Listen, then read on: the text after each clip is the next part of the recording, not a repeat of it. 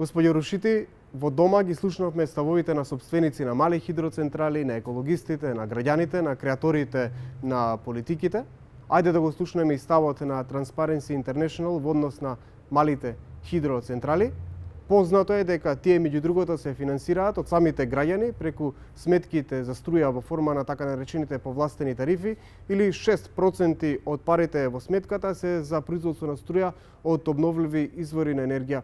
Сега прашањето е колку ова создава еднакви економски можности за фер конкурентски надпревар, имајќи го и предвид ставот на Екосвест дека токму ова ја нарушува конкурентската трка.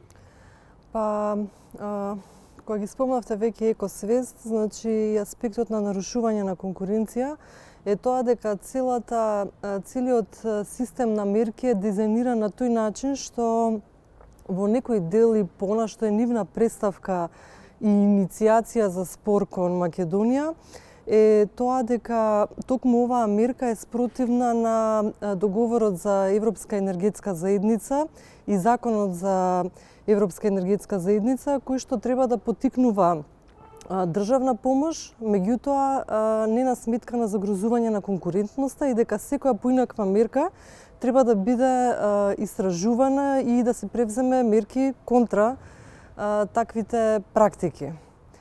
Така што тоа беше и причина, нели, за нас доволен повод да се заинтересираме, да проанализираме, значи дали се нарушува, да. Целата регулатива е дизајнирана на тој начин, како што кажав, да се овозможува повластена тарифа. Тоа значи некоја фиксна цена, фиксен откуп за оние што се мали хидроцентрали или определени дури на биогас и биоенергија, меѓутоа со многу мало количество на производство на енергија. И како такви, да, тие добиваат загарантирана позиција на пазарот. Како што кажавте, сметките се исплаќаат од граѓаните и ситуацијата е таква каква што е.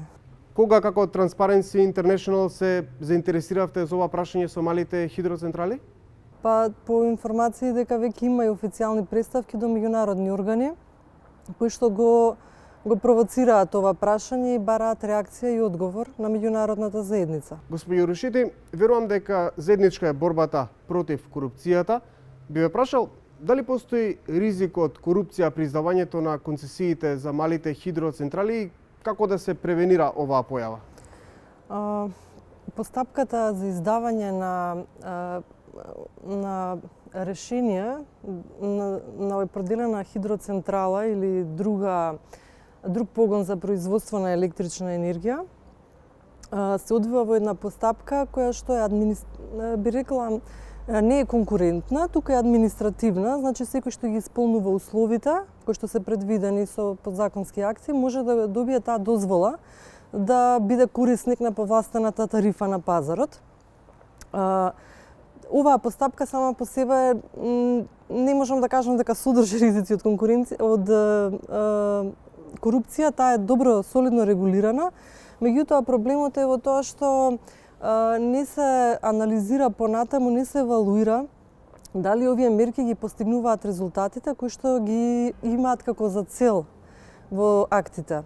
Например, целта на регулативата е да се обезбеди поголемо учество на енергијата од обновливи извори на енергија на пазарот, да со повластените тарифи на производителите да им се вратат средствата кои што ги инвестирале, да обезбедат некакво покривање на трошоците и определен оптимален профит кој што овдека нас не интересира и се става под прашалник и да обезбедат заштита на животната средина.